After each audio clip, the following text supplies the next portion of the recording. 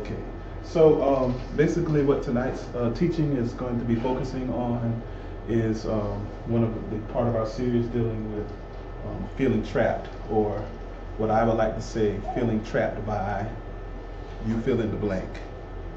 Now everybody in here has different types of things that make them feel a little bit overwhelmed, feel like they're going through specific type of situations and circumstances. But I want everybody to know that there is an answer, and God definitely has an answer in regards to this particular area of our lives. I was actually surprised at the level of response that I got for this particular message. And like I said, this is actually a part of our Making It Plain series, if you will. And so one of the things that you'll actually see at this moment in time is the word trap. And for those of you that are watching at home, you'll also see a quick little definition of this. The definition of trap is to catch an animal in a trap. That's like a synonym. Confine. Let's look at these words. Put yourself in the blank. Not an animal though, even though you may feel like you're an animal in a trap. But let's just look at the key words. To confine, cut off, corner, shut in, pin in, hem in, or as we say in the neighborhood, hemmed up. When I looked at that, kind of just caught me. I saw somebody said, "Man, that got me hemmed up." So now we know what that is. Usually, when you think of that, you think of mama taking a part of your pants leg, and she needs to take it from being very long, and she starts hemming it up. Okay, so for the seamstress in here, you can appreciate that particular term. But hem actually means to limit something or to bring something back. If you also look at it, it also means to prevent someone from escaping from a place. That's the key word right there, to prevent someone from escaping a place. For example, 20 workers were trapped by flames. A synonym, to snare, to entrap, to snare someone or lay a trap for a particular individual. And so this particular term right here, even if you look at the diagram, because I always like to have and show things visually, but here's a picture of a young lady that's inside of a glass jar. She can see everything on the outside. Everybody can see what's going on with her, but somehow, some way, there's a barrier in between both spaces. Okay? And so one of the things I wanted to show you is this nice little quote, and this is where we're going to get a little bit deep for this particular teaching. The subtitle I have for this is called "The Mind," or "In the Mind of Despair." And I want you to listen to this particular quote. It says, "Now listen, life is lovely, but I can't live it. To be alive, yes, alive, but not be able to live it. Hey, that's the rub. I am like a stone that lives." You get that? "Locked outside of all that's real. I wish, or think I wish, that I were dying or something. For then I could be brave. But to not be dying and yet to be behind a wall, watching everyone fit in where I can't, to talk behind a gray foggy wall, to live but to do it all wrong. I am not a part. I am not a member. I'm frozen."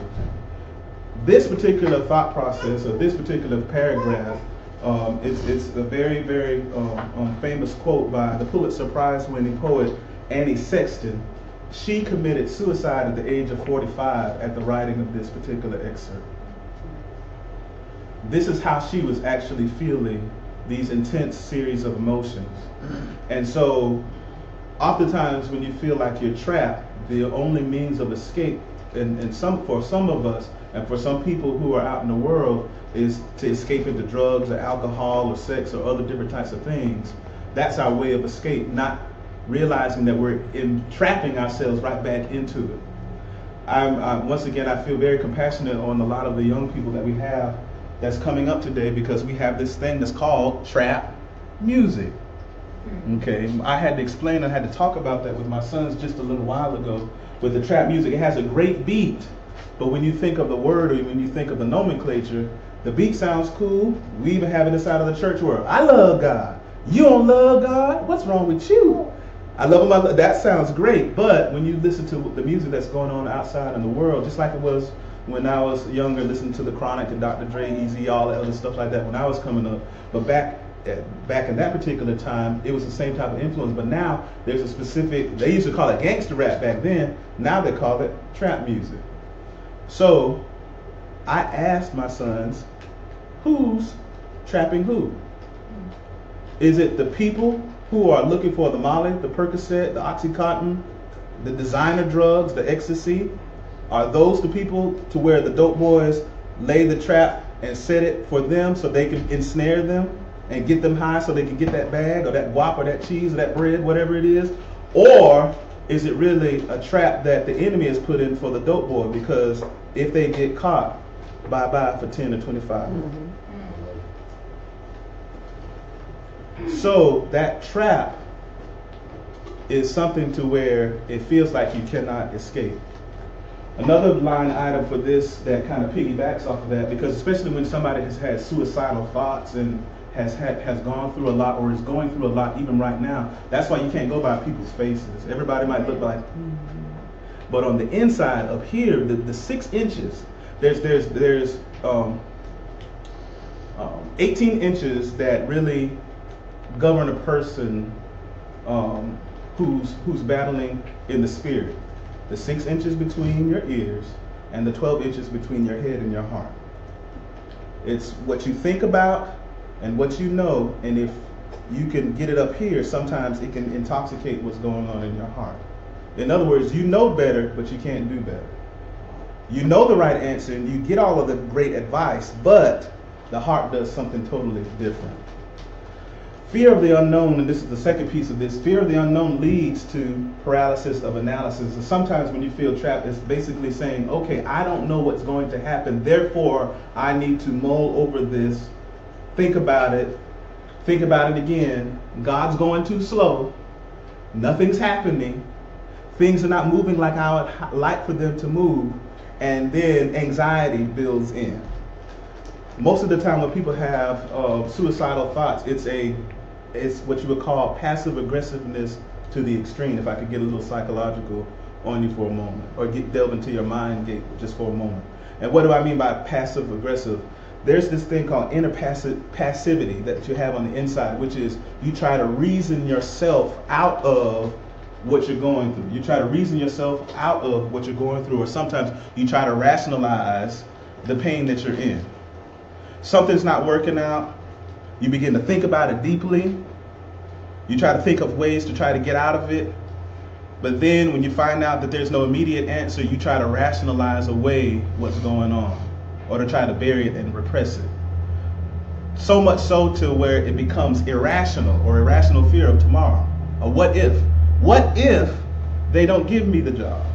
What if my credit report is not good enough?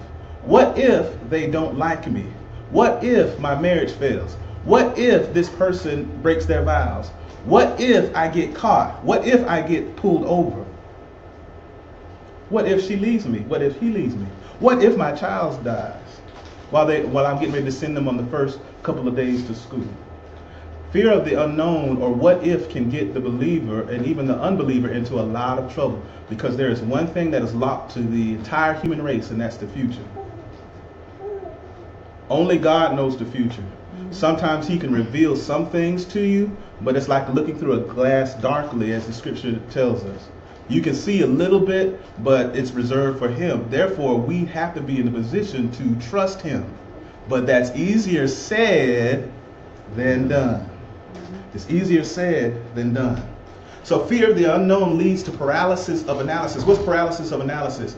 It's when you are thinking so much about a particular topic until you do not take any action on what you're dealing with. I'm thinking, remember the thing from Night at the Museum? I'm thinking. As I said a little while ago, and this is something I have to do myself, you do not need to try to find things to worry about.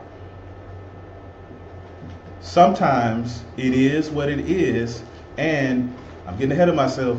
Sometimes you need to ride it out. Sometimes there's not an escape, so we think, but it actually is. So once again, fear of the unknown leads to paralysis of analysis, self-doubt, and anxiety.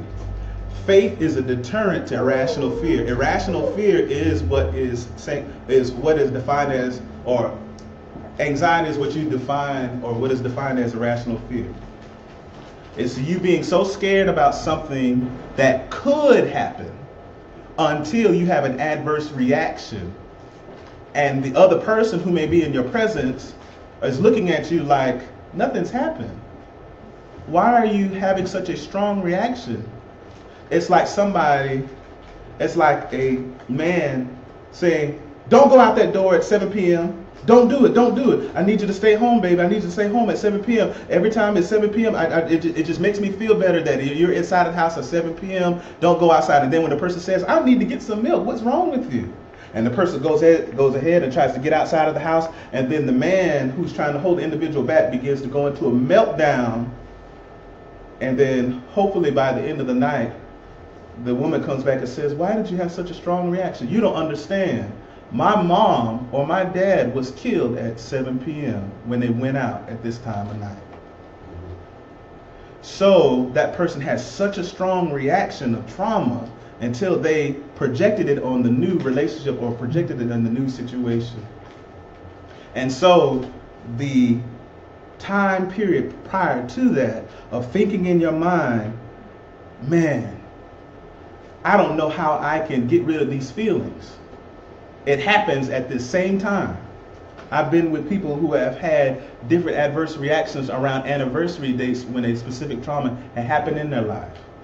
Some of you know of people where if their mama passed away on August the 2nd, for example, every year around August the 2nd, they shut down. They pull out the Crown Royal, they pull out the Remy Martin, they pull out the Mike's Hard Lemonade, and they drink themselves into oblivion to try to forget about what happened at that time. Think about the person's thoughts leading up to that, because everybody's told them, Mama gone, Daddy gone, they're gone on to heaven, they're not there anymore. You hear that, but inside of your mind, you wish you could escape from the set or series of emotions that you have leading up to that particular point. That's just one example of sometimes how you feel on the inside when there is nowhere else to turn, or when people can't get you. Folk don't understand what you're going through. That mind is kind of crazy, or it can be. Sometimes it's peaceful. Other times we murdered like 15 people and brought them back to life in traffic. Oh, amen, somebody. Sometimes we want to escape our current situation. It'll get deeper in just a moment. That's why people who get into despair are always trying to explain things away or trying to make sense of it all. But they go into the rabbit hole and then can't make sense of it all. Because sometimes there is not an answer yet. And sometimes the answer may not come until later on. Or sometimes you do have the answer, but you have to wait. As we posted on social media the last couple of days, sometimes you have to be patient. But once again, it's easier said than done. But that's why patience must have its perfect work. What is patience' perfect work? Jesus. Because Jesus is the only one who has perfect patience. Therefore, we need to rest in Him and give it to God. Give it to God. Give it to God. You should give your troubles to God just as quickly as one of the old church mothers give you a peppermint. They'll just shove them to you. You need another one, baby? I got a whole bunch of them. Where are they coming from? I don't even know. She don't even have no purse. You have to give it to God. And you have to practice it one moment at a time, or else you'll be smiling on the outside, but inside you will be wanting to leave this world. Okay. Do you feel trapped by? You fill in the blank. So let's look at this, or let's look at the scriptures and see how people have dealt with certain situations in the past when they've also felt like they were trapped by whatever was going on in their lives at that moment in time. 1 Samuel chapter 31, verse 4 and 5 in the New Living Translation says, Saul groaned to his armor bearer, his assistant, take your sword and kill me before these pagan Philistines come to run me through and taunt and torture me. But his armor bearer was afraid and would not do it. So Saul took his own sword and fell on it. When this armor bearer realized that Saul was dead, he fell on his own sword and died beside the king. What would drive Saul to want to commit suicide? Fear of being killed by the enemy. Fear of being killed by the enemy. Very good. And it was a lot of enemies. But the catalyst for this particular event was due to Saul's disobedience, because he had the kingdom snatched from him because he wasn't following God's instructions. And sometimes we get ourselves in trouble when we don't listen to what God has already told us to do. You know what to do, but sometimes you have to have enough courage to do exactly what God has spoken to your heart. That's the key area right there. Because sometimes when we feel like we're trapped, especially if we feel like we're trapped in a job or trapped in a family situation and there's no way out, sometimes we're afraid to pull the trigger, figuratively speaking, by making a drastic change, by telling somebody, no, I can't do that for you. But sometimes we entrap ourselves because we would like for people to depend on us. Well, I would go back to school, but I got all of these people that are dependent on me to stay at the house and do X, Y, and Z. So therefore, you feel like you're trapped, because if you try to go forward in your life, it feels like everybody else in your mind is going to fall back 10 steps. But who told you that you have to be the savior for your entire family or everybody at your job? People have to stand on their own 2 feet in this life. And no person has a heaven or hell to put you in except for you. So since you understand that dynamic, you need to say, okay, I can't rescue everybody. I can't have the Messiah complex. I can know the word of God, but you have to allow for God to fight your battles. That's extremely important. So he committed suicide. He was anointed 2 years out of his 40-year ministry. You could say that in his 40th year of being a quote-unquote leader of God's people, he ended his life. And he did it the wrong way. Remember, you going through this, you may have a thought, and everybody has thoughts, but it should never go that far, because you need to understand that you are not your own. You are fearfully and wonderfully made. And God did not create you to kill yourself. Anybody. That's not only people in here, but if you even had that type of thought, or if you're watching online. God did not create you to destroy his workmanship. Because he said that you were fearfully and wonderfully made. Do you agree? If you don't agree, you need to start agreeing. Okay. Very important. Next one. Here's another trap situation. Exodus chapter 14, verse 10 and 11 says, as Pharaoh drew near, the sons of Israel looked, and behold, the Egyptians were marching after them, and they became very frightened. So the sons of Israel cried out to the Lord. Then they said to Moses, is it because there were no graves in Egypt that you have taken us away to die in the wilderness? Why have you dealt with us in this way, bringing us out of Egypt? Now look at this. This is quote unquote crazy.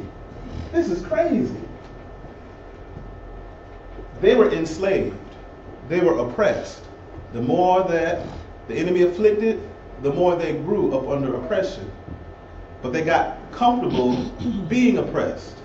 They got comfortable being in the neighborhood. They were good as it is. They had a poverty mindset.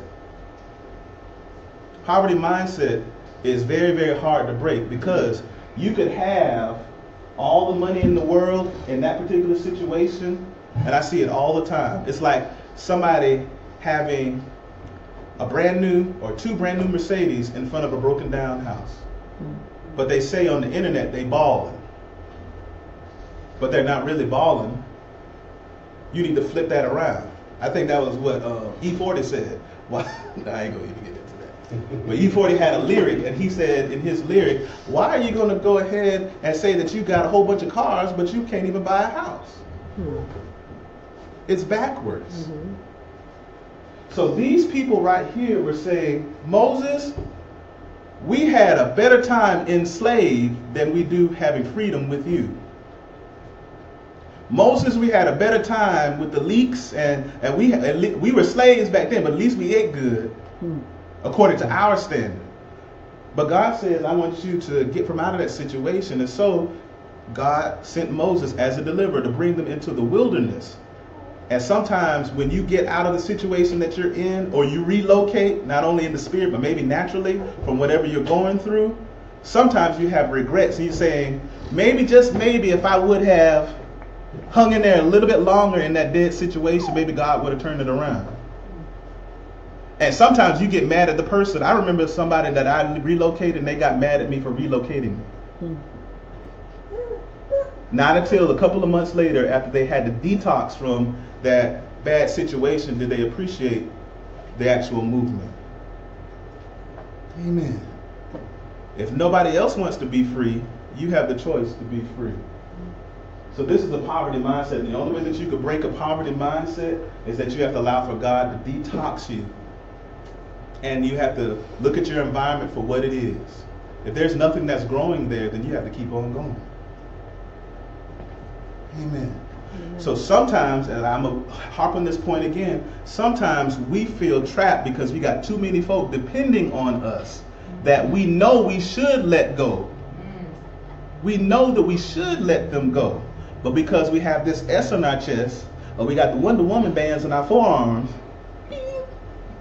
that we're strong enough to hold up the entire thing all together.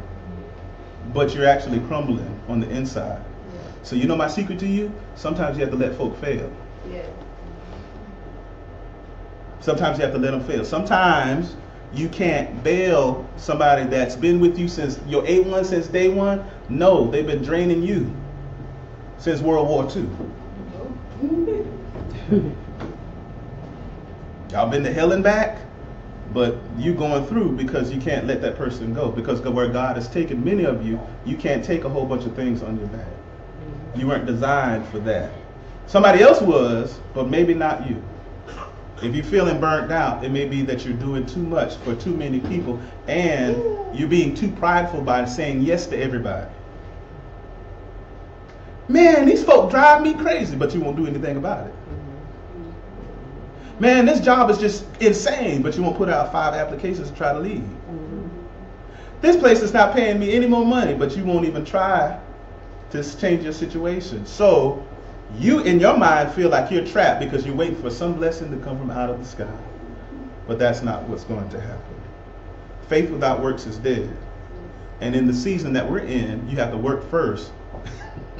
Show God that you're faithful. Then he will show himself strong. In their particular day, God opened up the Red Sea and part of the Red Sea, and then the children of Israel walked through. But that was during that season.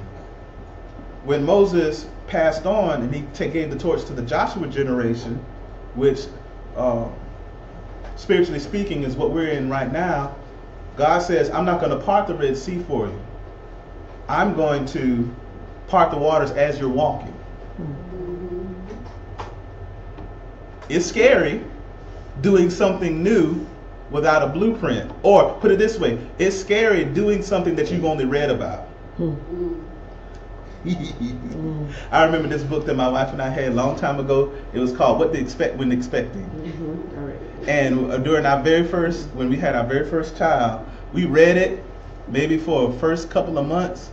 But then after a while, the bed was, I remember it like it was yesterday.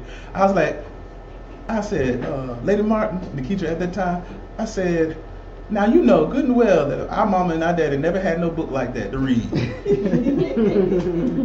Somehow, some way, all these folk for all of these eons and eons of time have figured out to raise children. The human race has not gone extinct because we didn't have a book. Right. But she wanted it anyway, and I was like, I can learn some stuff too. I read like 2 paragraphs, I was like, But then, I couldn't force her into that. I had to say, okay, sometimes we have to experience things for ourselves. So after a while, as time went by, the book went from being on top of the bed until it came up under the bed with dust on it. So sometimes you're going to have to experience some things as you go. Amen. So there is a way out, but sometimes you have to decide, I'm going to take this way out and not be a coward about it. And that's kind of a strong word, isn't it? You can't be soft by not telling people no, that's draining you, or the leeches. That's for those people who feel trapped by family members. Or people who may feel trapped by their job. You're not trapped by your job. This is a right to work state. They have the right to fire you, and you have the right to quit without any repercussions. You can. Why not go back to school? You're smart enough. You can do it. It's all up to you. How many of you are getting younger in this room? Nobody. We'll have one person, but he's in the time machine. So nobody is getting younger in this room. So whatever you are becoming is what you will be, one choice at a time. Y'all got that? That's worth it right now. You are becoming whatever you will be, one choice at a time. Okay. So they felt trapped, and they bucked against Moses. But eventually, you know what happened in that story before I go ahead too quickly? The sad part about this story is that Moses, as the leader, knew the way to the promised land. He knew the way to the promise, but he was focused on not leaving anybody behind until he didn't see or didn't enter into the promise himself. He stood on Mount Nebo, looked over with a tear in his eye, and had to die with full strength in his body because God said, you can't go any further. He struck the rock out of anger, and God says, I told you to trust me, and now you're not going to trust me. I'm sorry, you can't enter in. And the people who had the same type of poverty mindset all died within that neighborhood. Only the young ones that came up without not having that particular mentality were allowed to be able to go on. Very important. That's why you can't just be loyal to them folks back where you come from in every case. Because they don't always have the mindset to see further. They may call you bougie, they may call you high class, all these things. Oh, my favorite, brand new. Sometimes they even will try to approach you how they once knew you, not knowing that you moved on. You've changed. Well, that used to be an insult, but now it's a compliment. If you're stronger, better, wiser, then you're stronger, better, and wiser. 1 Corinthians chapter 10, verse 13 says, the temptations in your life are no different from what others experience, and God is faithful. He will not allow the temptation to be more than you can stand. When you are tempted, He will show you a way out so that you can deal with it. But do we like to take the way out, though? We want our way out, right? Okay. Got a drinking problem? You're working late? You're trying to get free? You feel like it's a dead-end job, dead-end situation, so it's time to go ahead and pull out the Moscato. Or you want to go back to behind the counter where they got the liquor at where you work at and just let loose. But then you get a phone call, and that phone call says, hey, you feel like going to McDonald's with me? Now, God has given you a method of escape. Yeah, please close it. God has given you a method of escape, but now you have to decide, do I want to go to McDonald's and just be boring? Or do I want to stay here and get lit?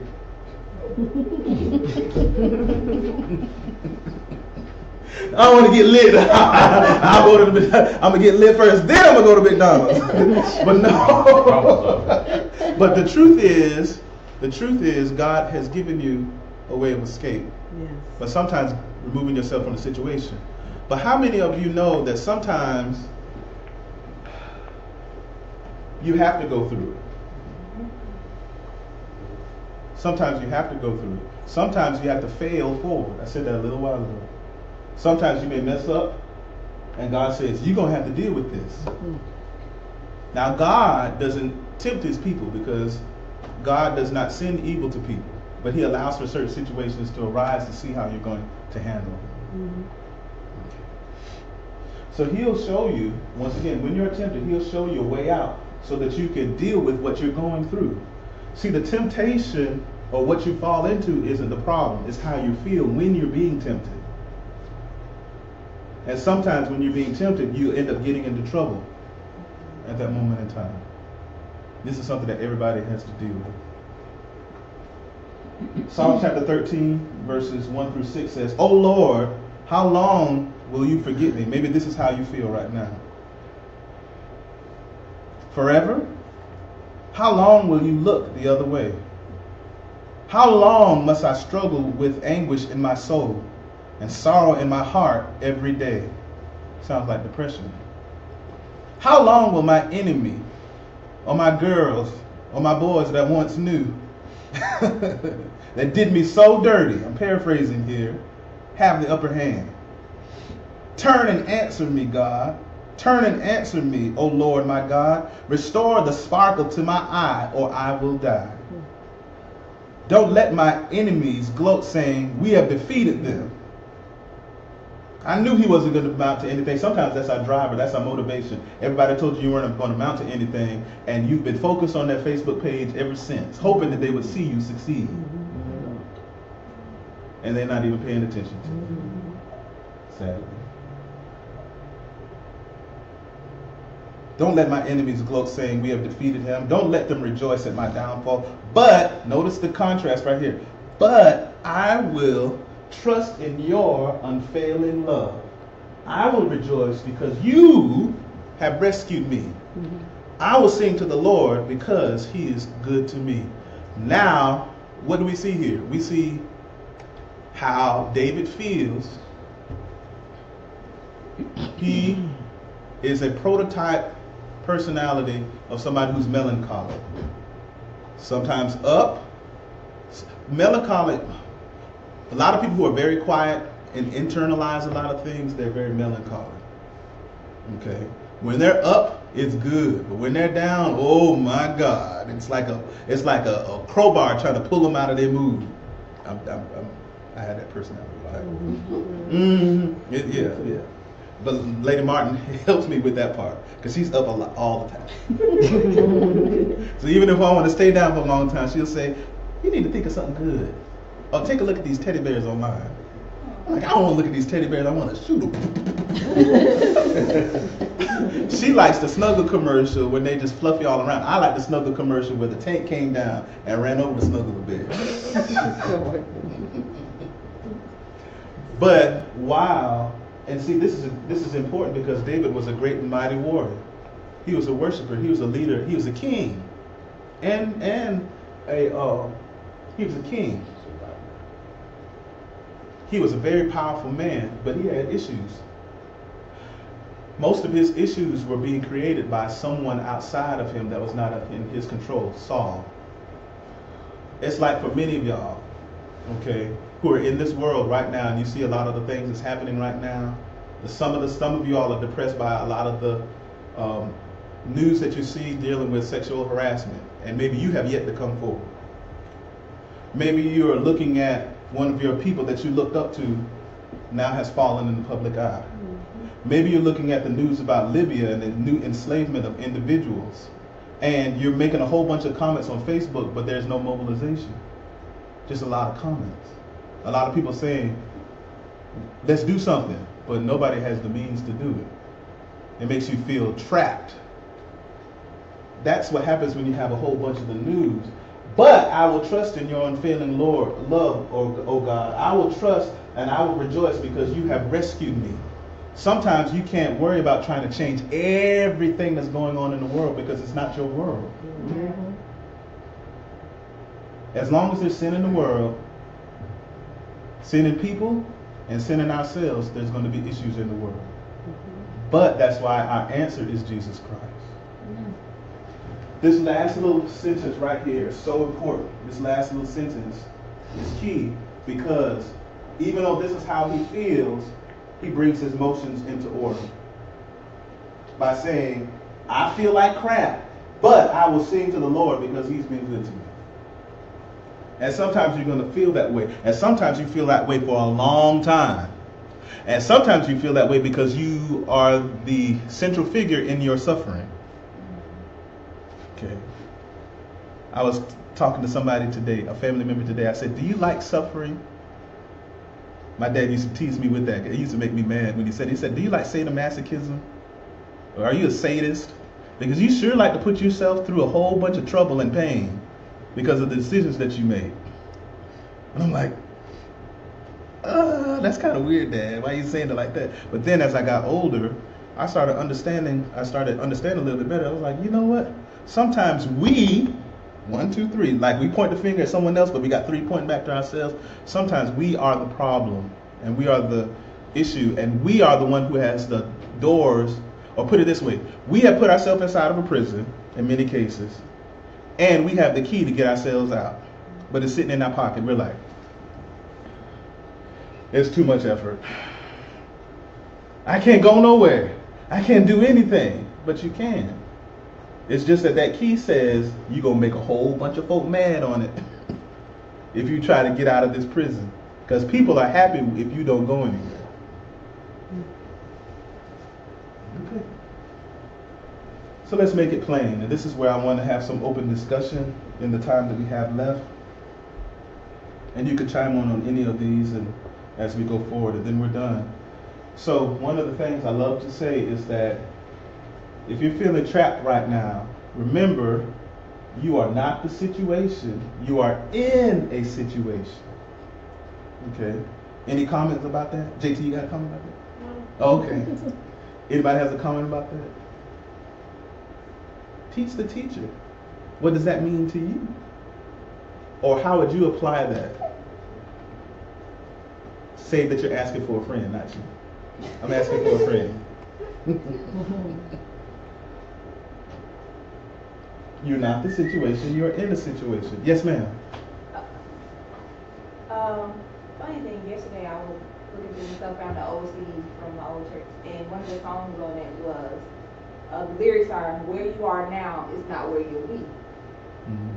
So just because you're there now, you don't have to be here forever. And while you are here, what are you going to do while you're here? Are you going to learn from it, or are you just going to settle for where you are? Exactly. It's like, I remember when I was about 8 years old, playing on the playground at Forest Hills Elementary. It's just so funny how we remember certain stuff. I remember saying to myself, I can't do anything. I'll be so glad when I'm 25. Lord have mercy. If I could just take my mouth and just slap it all around. Just, don't you ever say that. Don't you ever say that. Because, just like you were saying before, the way that I was feeling at that moment in time is that I would be able to do so much more if I had more. Because of the emotions that I was feeling at the time, which was getting picked on at the playground. If I was 25 years old, I could just beat up everybody. Or if I was 25 years old, there was this one kid in our school named Chris who used to know how to do backflips. And every time he used to do backflips during gym, all the girls would be like, ah! And I'd be like, I wish I could flip. Because there ain't no girls talking to me at all. And I was just feeling some kind of way. So I figured, y'all just crazy, but it was just, I kid you not. He could do backflips and he did all this stuff. Woo! And then all the girls would start talking to him. And there's just little old me just looking outside. Stop. Yeah, it's just like just the craziest thing. But I felt bad because I didn't have any control over the situation. So I started asking God to do something that He wasn't even thinking about doing for me. God, if you could turn me into being 25 right now, I would. Can you do that for me? Of course not. So I had to learn how to, number one, just love myself for who I was and not try to be someone else. Going back to her point, it's kind of like the Hananiah, Mishael, and Azariah, Shadrach, Meshach, and Abednego, when they got into the fiery furnace. God didn't stop them from going in. Maybe you do have to go through unemployment for 3 months to discover who you really are. Maybe your lights do have to be turned off for a little while to discover who you are. Because sometimes we don't like to be by ourselves. Yes, ma'am. Is that why you did a backflip when you went to the trampoline place? You have a flashback? Yes, I did have a flashback. I was trying to prove that Chris wasn't all that and I could do it too. And yes, Honestly enough, I learned how to flip because all of the girls like Chris, and so I started flipping on mattresses, but they still didn't talk to me.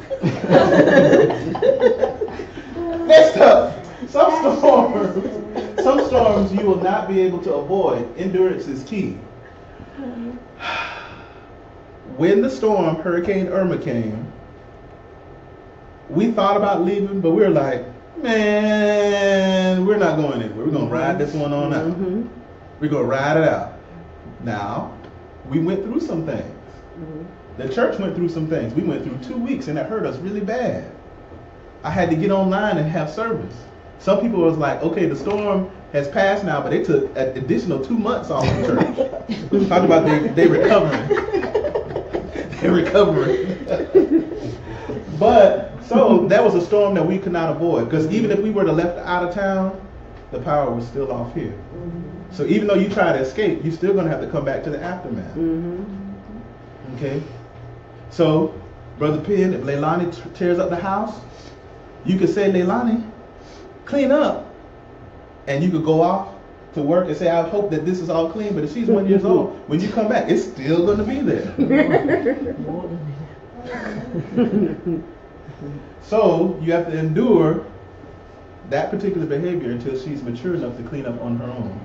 Which is going to be until she's about 5, 6 years old. Yeah, all right. Oh, yes. Here's another question. I'm asking you right now. Are you trapped or are you afraid of change? Who's doing that? Cover your mouth. Please. Thank you. Are you trapped or are you afraid of change? Now think about this now. I don't know symptoms of somebody who feels trapped. I don't know what I'm going to do. They ain't acting right. I feel like I'm stuck in a dead-end relationship. Amen, lights. Amen. I would quit him, but I'm talking about girlfriend. But if you're married, this doesn't apply to you. I would quit him, but man, he really pays all the bills though. But if you're sinking, sometimes there is addition by subtraction. So what do you feel about that one? Do you or if you're asking for a friend, do you feel or know the difference from being trapped, or do you really don't want to make the changes to get out of the situation? Think about it.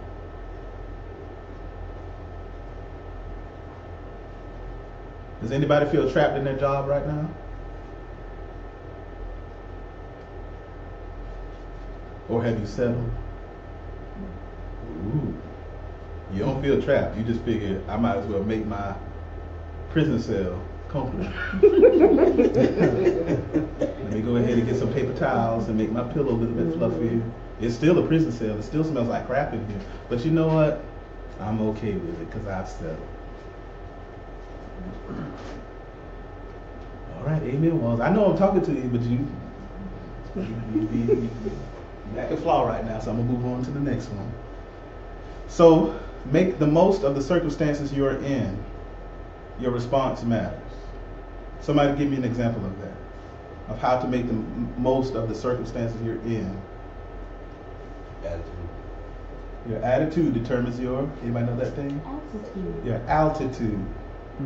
So if you have a rotten attitude, guess what? You'll have a bunch of people that'll help you be rotten. You got that?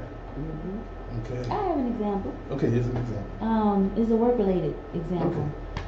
So where I work, we were taking over this. We acquired this company, and it's a smaller company or whatever. And when we first came in to introduce ourselves to the team of people, we were extremely rejected. Like, who are these people? They're coming in here, taking over, changing everything. We like it this way. Don't touch what we're doing. Who moved my cheese? Yes, who moved my cheese? And so we came in, and it was not a good situation. And so my manager was like, well, we got to figure out how to deal with these people, because we're getting pushed back. We were supposed to travel to New York. They didn't want us there. Some of us went to Canada and they wouldn't open the door.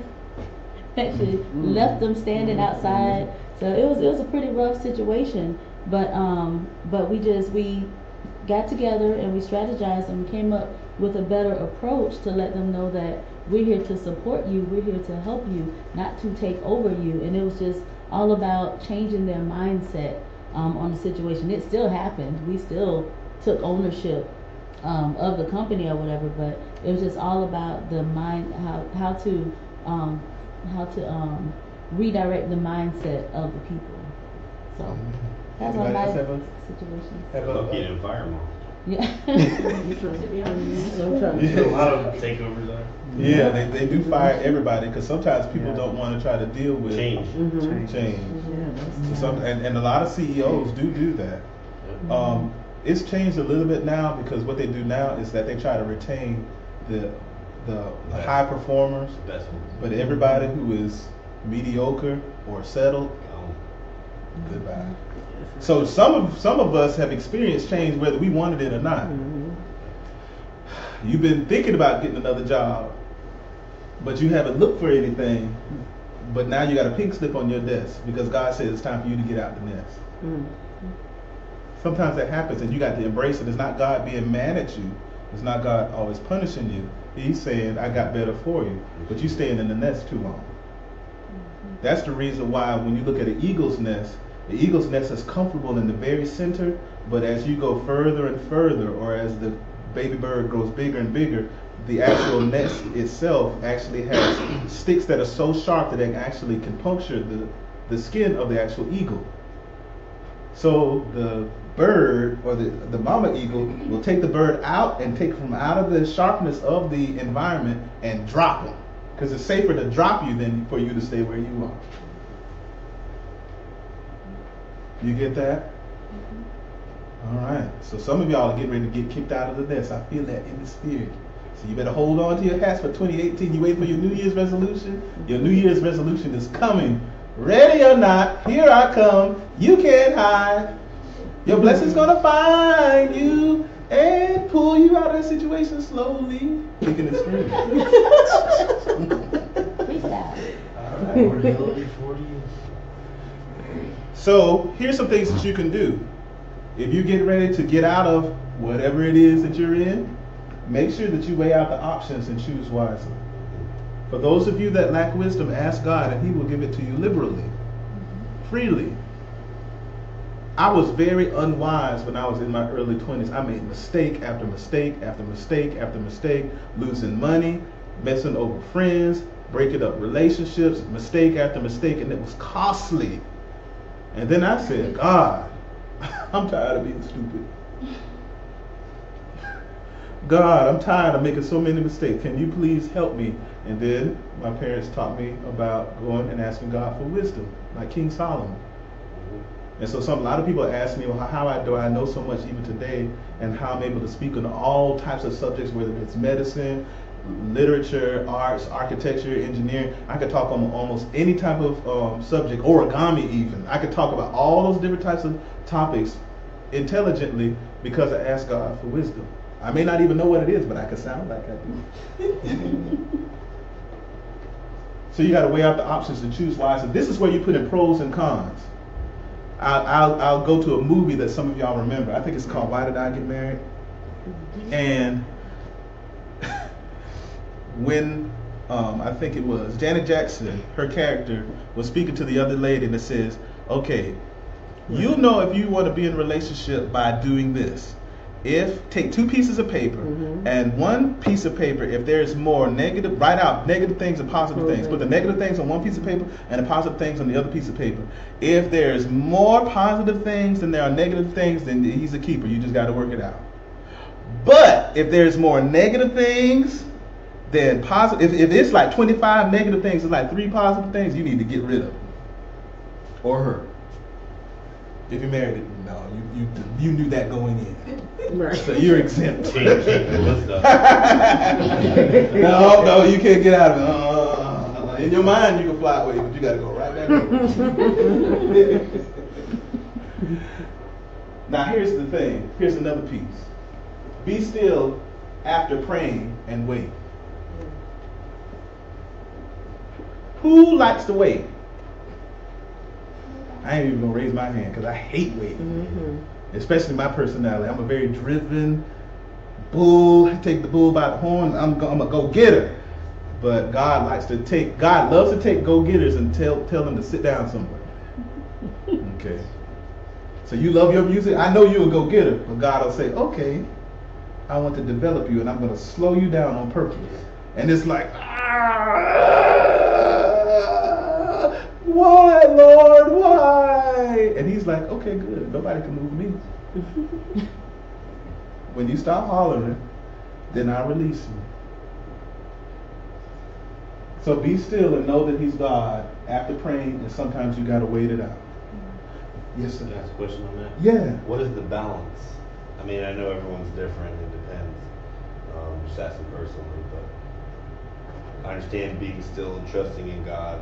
But then there's also that point where you have to do your part for God to do His part. Yeah. So the hard part is the balance of that. Okay. You understand?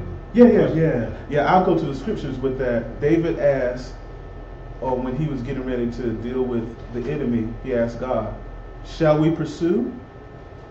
He at least asked God first. Should I do this?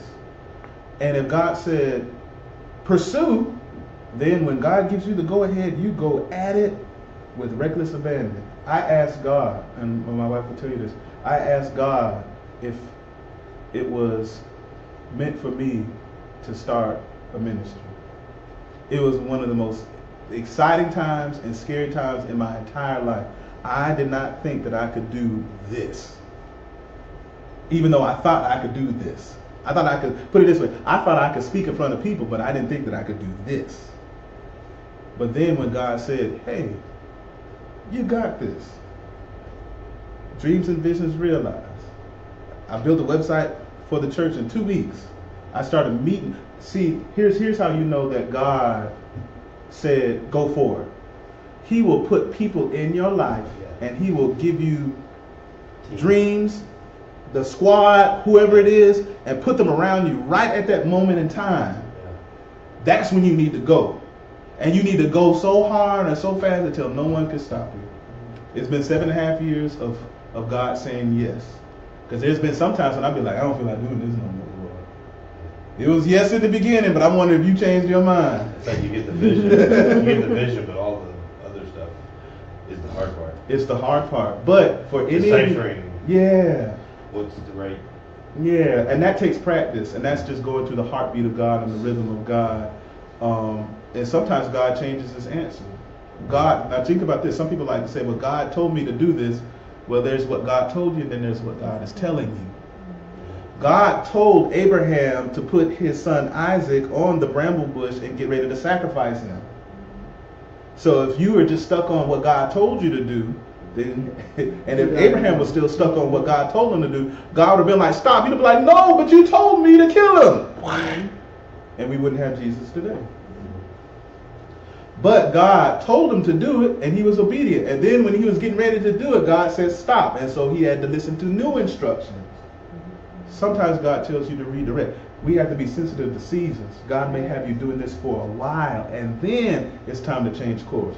Then it's time to do a new career.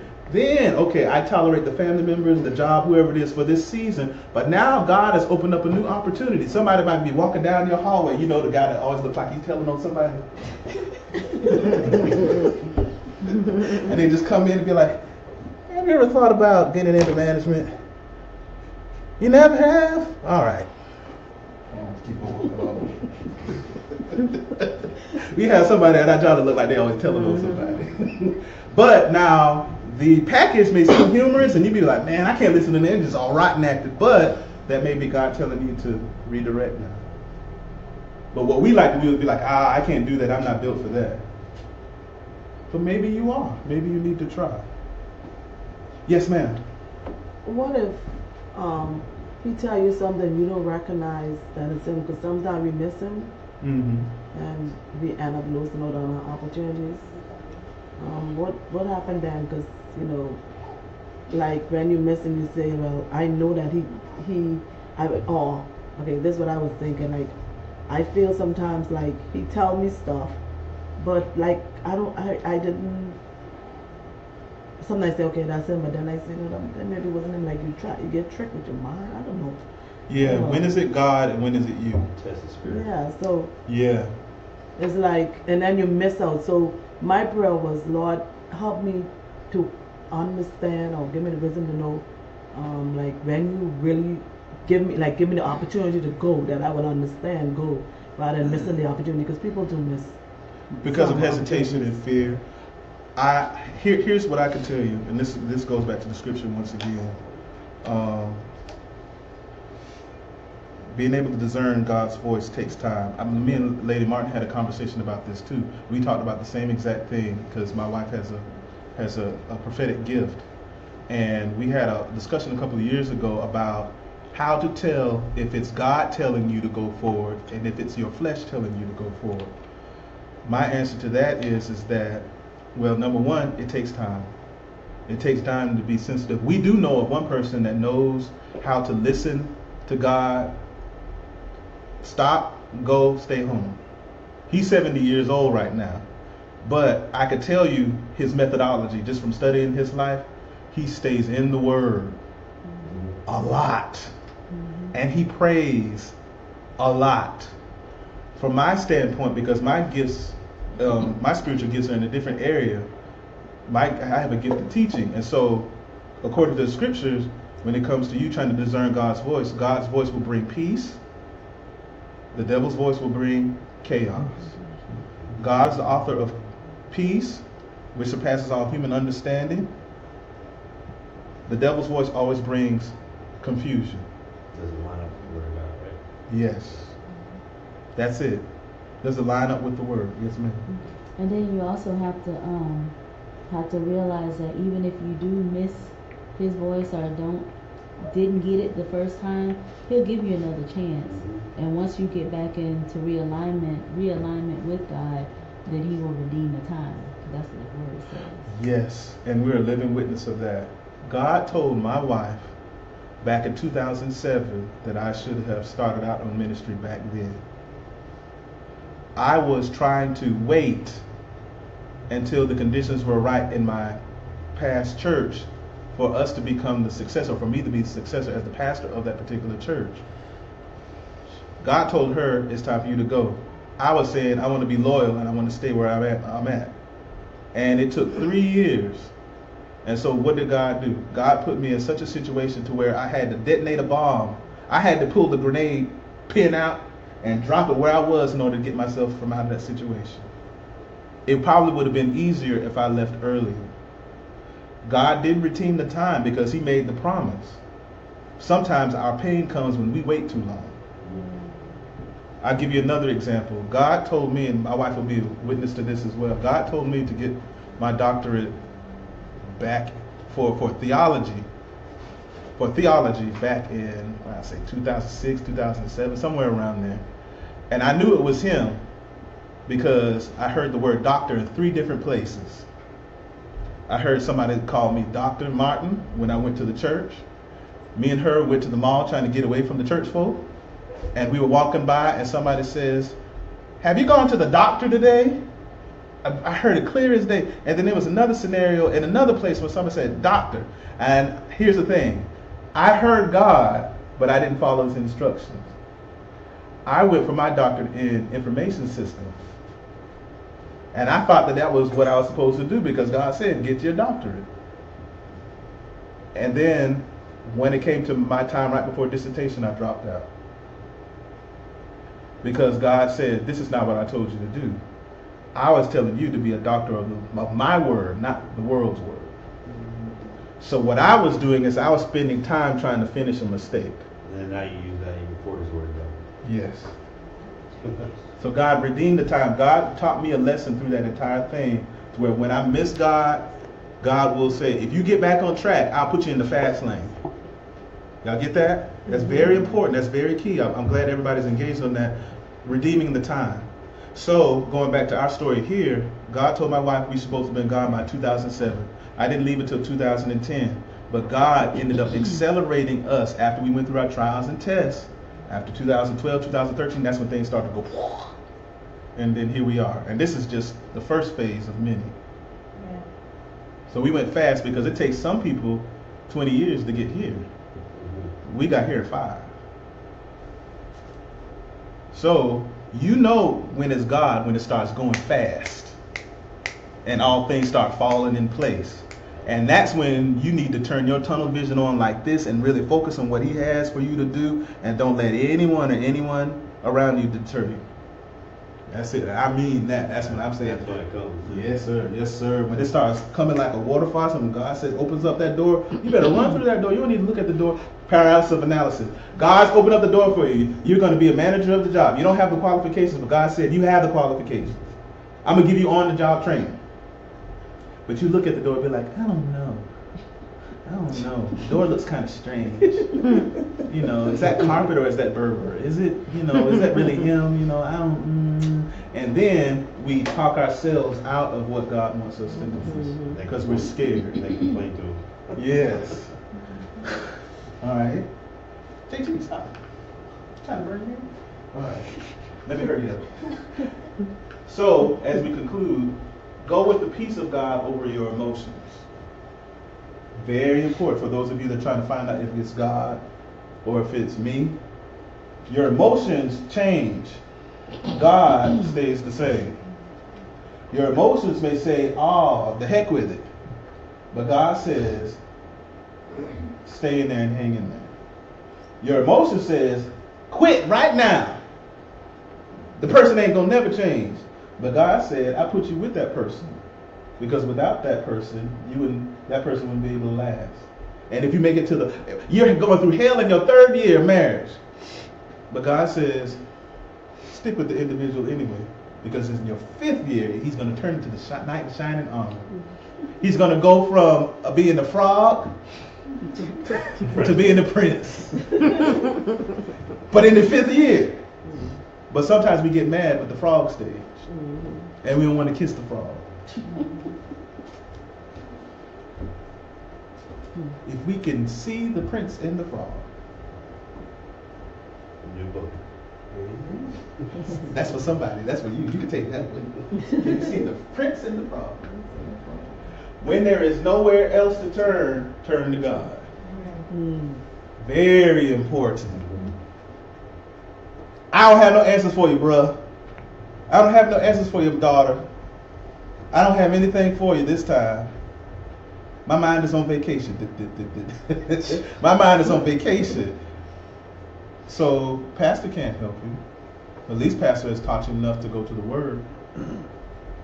Okay. Something else dropped in my spirit. Don't let life run you over. Because that's how you can start feeling trapped too. Y'all hear me? Everybody's giving you great advice, but you just sitting there. And because of your lack of movement, life happens to you and then choices get made for you. Because of your inactivity. This life won't let you be still for so long. You can't just rest. Your settling is good, but we're not in the era of settling anymore. You have to be sharp as a serpent and as calm as a dove. You have to be able to be like a deer on hinds feet. Okay? That means you have to be nimble enough to be able to crawl up the sides of the mountain. Even when you're following a man or woman of God, you still have to be nimble enough, because the shepherd is not going to stay up all night watching the sheep. He got to go to sleep too. All right now. Gold nuggets everywhere. I hope you grab them. And then last but not least, pray and ask God for a way out or a way to learn from the situation while you're in it. Are there any lessons learned from the trauma or tragedy that you've experienced in your life? You know that learning has taken place when you recognize behaviors that got you in the situation start popping up again. I got the slap of mouth spirit. It's like this. Calm down, calm down, calm down. We have to find out what that is. And we have to redirect ourselves. Once again, pray and ask God for a way out or a way to learn from the situation while you're in it. So in our time left, is there anybody in here that can share with the group a lesson that you have learned from a situation that you have gone through in the past? If you ain't got no lessons, then you about to go through some more classes. Anyone to keep? Yes, you're bright, intelligent woman. Okay, all right. Man, you got it. Go ahead. I would just say like the biggest lesson probably is to be humble when you're up. Yes. That's like my biggest problem. Like not biggest problem, but like right now, like when God's just giving you so many blessings, like at one time, not to just kind of throw it back to where you were at. Because when you're used to not having much, it's easy for you to kind of take it for granted. You know what I'm saying? Like, I would say that's the biggest lesson. Like when you just have it all and you kind of just you just think that that's gonna you're just not thankful for what you got. You know what I'm saying? Yeah. Because you're not used to that. I would say that's the biggest lesson is to just be say almost conservative when you're up. Okay. Being humble, staying grounded when things go good. Go ahead. Mine, I have a lot, but I'll just keep it simple for this one. I basically went through a year-long court battle with my son's mother, who was unequally yoked with me when my son was born. It's been a lifelong battle. He has chosen God, by the grace of God, and be teaching him, but mostly God. And this Thanksgiving, I had him, and I did the last Thanksgiving. I came across some spoken word poetry that I did, and it was basically just like I was into Job 42, where God lets you everything taken from you, and just to go through that, that no matter what you're going through, that God sees the end from the beginning, and it's just something that until you experience it, and I don't wish it on anybody, but the joy that you get knowing that you can trust in God, which we all know that we can trust in God, but when you're going through that pain, you can't really focus like you need to, but you just have to have faith anyway, even when you don't feel it, like he was talking about. You know, you won't always feel it, but even when David was crying, he was in the caves, and he was running from Saul, and he was about to be killed, no matter what happened, he still said, I will still sing to you, you know. And I went to a church service Sunday, and that's basically, we were in Ephesians, and he was talking about how to sing psalms of the Spirit. That's why I read a psalm every day. David, I believe Solomon was very wise, but I think his dad doesn't get a lot of credit because David went through so much. Maybe he's wise because of God, of course, but he got a lot from his father. But my biggest lesson would just be don't give up no matter what you're going through. And if you're going through a hard time, just read Job, because you can just read one chapter and it can change you. No matter what you've been through, that man went through everything, and his family, he lost his children, he lost his money, he lost his land. He had his friends told him to curse God and die, and he wouldn't do it. Just that's my biggest lessons. I've been restored tenfold because my son is a year without me taking him to church, and I just wondered, he loves God, and it's the miracle. So.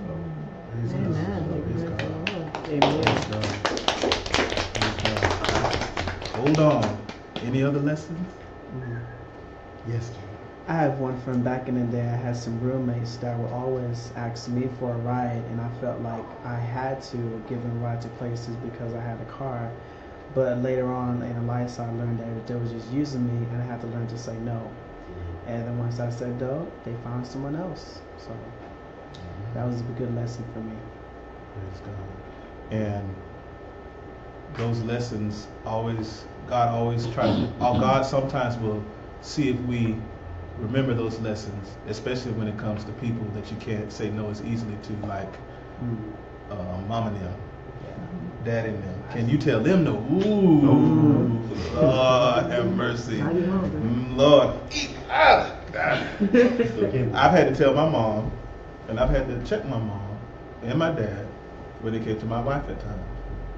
Because I know what the Bible says. The Bible says that the two shall become one. And so it is my job to clear any type of perceptions they have about my spouse based on any judgments that they have. Even if they don't agree, they'll respect my wishes. And that's the reason why I get phone calls maybe once or twice a year from them. They still love me. They just love me at a distance because I have my own household now. And I had to learn that lesson because in the beginning, my mama was in my ear about a lot of stuff. And I was executed. And I was like, my mama said. My mama was like, what? Mama said. I want to say something kind of real ghetto right now. But I have company today. So the truth of the matter is that I thought about it and I was like, you know what? I want my household to be peaceful. And I still remember my dad saying, you cut off now, son. So now that I'm cut off, I don't have to listen to you the same way no more. All right. But those are all good lessons. Any other lessons? Yes, ma'am. Actually, it kind of ties into this being trapped, waiting for God's timing. You can be doing the right thing, but at the wrong time, it can make you feel trapped. Yeah. But when it's in God's timing, everything will go smooth, like you said earlier. Everything will go into place. But when you can be doing the right thing, but at the wrong time, and you understand. You don't understand why nothing's working out or any of that. For me, that was right after I graduated my master's. I started working on my PhD. I've never ever had anything below a B in school all throughout, from kindergarten to throughout my master's. But when I started on my PhD, I almost pretty much flunked out the first semester, and I couldn't understand why. I was like, what in the world? I've never had problems. I loved all of my classes. I couldn't get it to work. So I was like, what is this? So it was until my husband told me, okay, maybe you should take a break. And ever since I took a break, I haven't done that yet. But I was doing the right thing, but at the wrong time, and it was causing me heartache and pain. I was depressed. Had anxiety. I didn't sleep a lot. I was just all kind of messed up. But it was the right thing, but the wrong time. And God hasn't given me the time to do that yet. So until He gives me the time, then content. Yeah, exactly. And I know Mr. Wednesday got some lessons. Mr. Wednesday got some deep lessons. I just wait for him to open up that mouth, man. But I hope everybody kind of caught that. When God says no, I think that might be a message. I think I might use that for Sunday. Ooh, I love that. When God says no, here's one of the things here's how I know that God is telling me no. When it is unusually difficult. I'm a driven person. I like to make it happen. But when it seems like it's an obstacle at every single turn, you try to use this card, decline. You try to go to this particular place, no hotel rooms available. You try to go down this particular street, the road has been blocked off. You try to call the man at the office. He's on vacation for like 4 months. God said, no, you cannot do it. And that is something that's very important. When God says yes, everything just opens up like Jim Carrey, it opens up just like that. But isn't that usually after the obstacle? Well, a lot of times? There's a difference between an obstacle and being obstinate. Obstinate is on you. That's when you're being prideful and God told you no, but you get beat to death on your way to what you think is your purpose. But when you know it's an obstacle, God says, okay, here's an open door, but I got to train you and I got to build up your muscles to be able to handle the next level. Because obstacles can be overcome. If it's you being obstinate, you know that you can't overcome it. The business you said that you had an idea for a business and it's 10 years later, you sunk $4 million in it. No, that was God telling you no. I watched Shark Tank and I saw that. The people was like, we're not going to invest in you with this. You've been pouring in $6 million into your business over the last 5 years. Have you made any sales? No, but I really believe, no. You're not a business person. You're a money pit. And some people will be like, oh, you're just trying to hold me back. That's the part that you're trying to discern. That's the key right there. You have to know the difference between God saying no and other people trying to hold you back. I know people to this day, ministry related, they thought that God told them, yes, go here for 2, go out and conquer the world, but God told you to stay right here and learn. Sometimes it says not now too. Oh yeah, not now. Because some people don't want to learn from anybody. They figure, I know enough. But then when you get beat up by the devil a lot out there, then you be like, walking with your tail, like that man that just been going telling on everybody.